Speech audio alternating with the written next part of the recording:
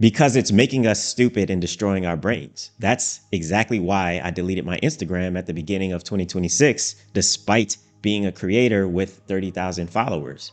I realized that the longer that I was on Instagram, the more and more my brain was getting absolutely fried. Whether it was spending hours of my life every week as a creator, just tap dancing for the algorithm, or as a consumer and letting it dictate what information it puts in front of me. I'm seeing Instagram and TikTok and other short form social media platforms as like this dystopian experience that's just hiding in plain sight. Quote, when a population becomes distracted by trivia, when cultural life is redefined as a perpetual round of entertainment, when serious public conversation becomes a form of baby talk, and people become an audience, culture death is a clear possibility. Those words were written over 40 years ago in 1985 in Neil Postman's book, Amusing Ourselves to Death, where he warns about the modern media's impact on our individual lives. And then Postman goes on to say, people will come to adore the technologies that undo their capacities to think. And Americans no longer talk to each other. They entertain each other. They do not exchange ideas. They exchange images. For the past few years now, I've been sensing that the digital age, and Instagram especially, at least for me, it's collectively turned us into this really shallow society. You see, Instagram, it's literally candy for the brain. Every time that you open social media and start scrolling, it's like drinking a 2-liter Coke and eating a tub of ice cream, eating a bunch of Snickers bars or something. That might be okay every once in a while. But if you're doing it every day, that's essentially what's happening with social media. We're basically feeding our minds this constant brain candy, and we're wondering why so many people can't stick to a diet. They can't stick to a fitness plan, or why 90% of people, they quit their New Year's resolutions within the first 2 months of the year. It's because Instagram and similar platforms, they're literally reconfiguring our brains for instant gratification. So we end up struggling to do basically anything that requires a little bit of discipline, a little bit of consistency, a little bit of discomfort. It might sound a bit alarmist. It might sound like I'm exaggerating, but when you're in the middle of the ocean, it's impossible to perceive the changing tides.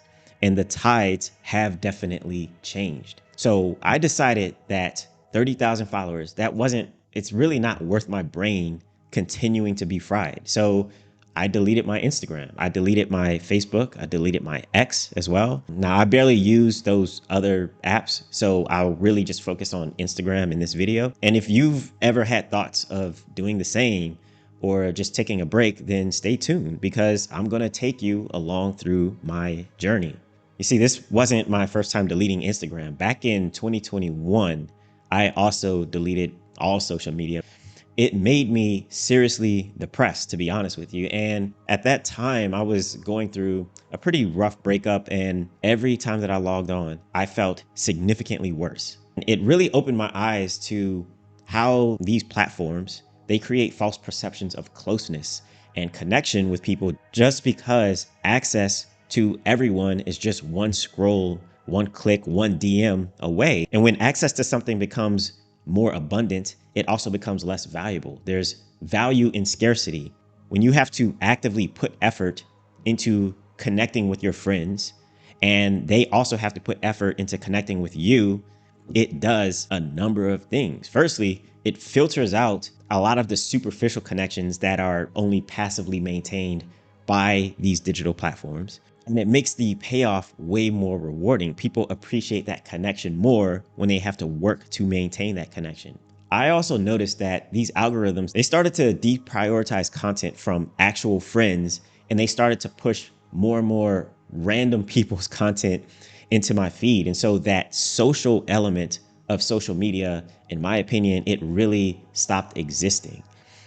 So I'm scrolling and I'm giving my time and my attention to these people who I don't even know. And since I was super deep into this fitness transformation at the time, I realized that while I was in amazing physical shape, Instagram was one of the main things that was causing me to be mentally unfit. So one morning I woke up and I just deleted my social media. I deleted my Facebook, my X account, my Instagram. And for 365 days, I was completely offline. And that absolutely changed my life. Instead of scrolling, I started consuming way more educational content, long format educational content. I put different things that I've learned about fitness and finances and just better living overall. I put those things into practice. And that was the single most productive time of my life. I bought 2 homes in 6 months. I quadrupled my real estate income, actually.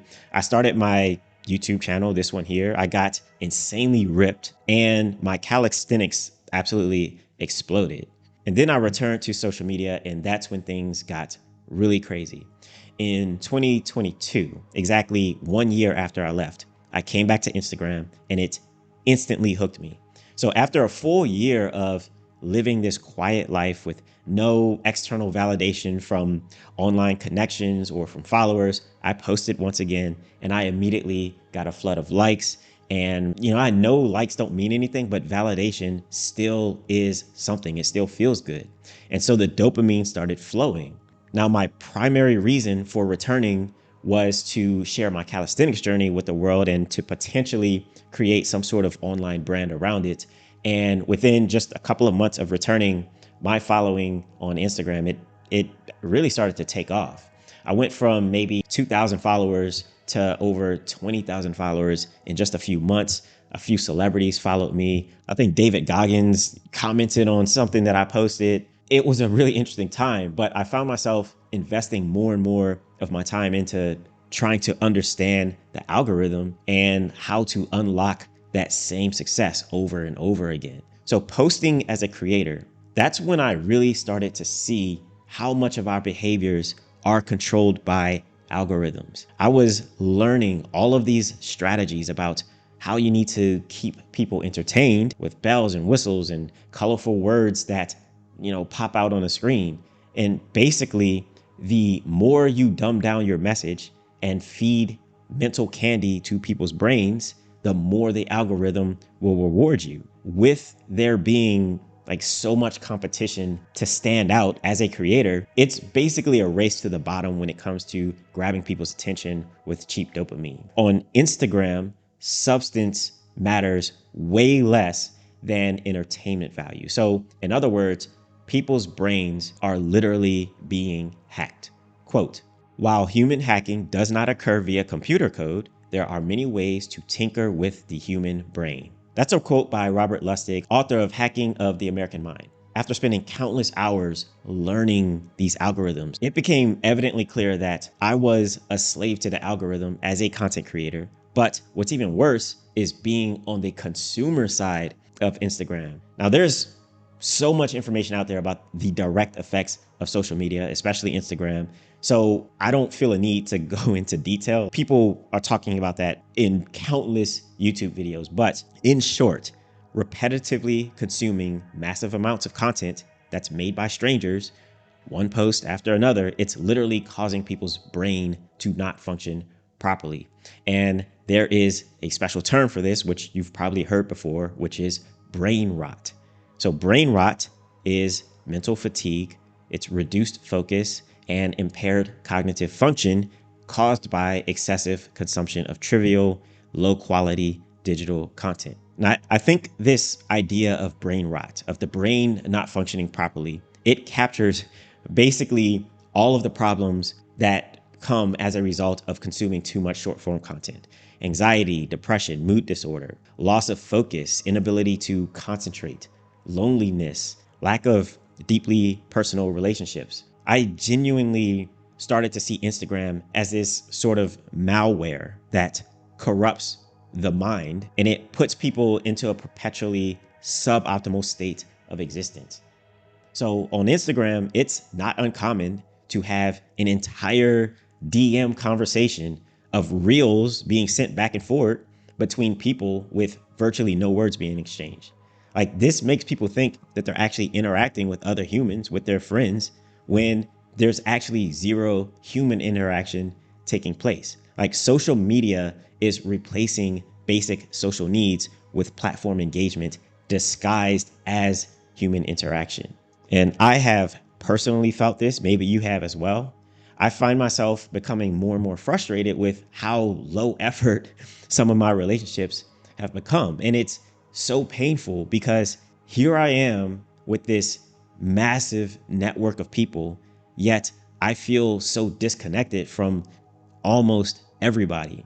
Now, as somebody who really champions the idea of self mastery and human connection and living intentionally, I see Instagram as something that is a net negative on my business, on my life, and basically everything that I truly value. So I declared war on short form content. And honestly, I think you should as well. Because since having these revelations, I've been on a crusade against all varieties of short form content and digital distraction in general. And I've published multiple newsletter articles, multiple YouTube videos on how big of a problem this is. And, after growing a following of 30,000 people on Instagram, I decided to completely remove myself from the platform so I can focus on better things in life. So now, as a content creator, I have way more time to focus on my newsletter, on my YouTube, on my LinkedIn, all of which value communicating much more well thought out ideas that, to no surprise, generate much better business because they connect me with people who are way more serious about the products and the services that I offer. And on top of that, the nature of longer format platforms, they allow you to express more complete thoughts. They make things easier as a business owner and as a content creator to build trust by differentiating myself through depth. Now, yes, there is an instant gratification element on these platforms as well. YouTube has shorts and, all of these platforms have their weaknesses. That will always exist. But in my experience, Instagram and I don't know, maybe TikTok, some of those other like super, super short form platforms, they are the absolute worst when it comes to all of that. Now, as a content consumer, since I'm not scrolling on Instagram anymore, I consume way more books, more lectures, more long form sources that are way more beneficial for my creativity, for my thought process, for my brain overall. But most importantly, I spend so much more time offline, thinking, writing, working on my business, working out, staying connected with friends, learning new things. And in my opinion, these are the elements that make life truly satisfying. So I genuinely encourage anybody who's watching this video to seriously reconsider their relationship, not only with platforms like Instagram, but also with any platform, any source of ultra short form content in general. Now, I realize that maybe you're not trying to leave social media altogether. Maybe you're not trying to leave Instagram altogether. So whether you're trying to quit completely or just take a temporary break, I just created a protocol to kill digital dopamine and reset your focus in 7 days. It's interactive with a structured framework that you can follow to break your unhealthy relationship with digital distraction and to shift that energy into focus on much higher life priorities. And you can grab that in the description below.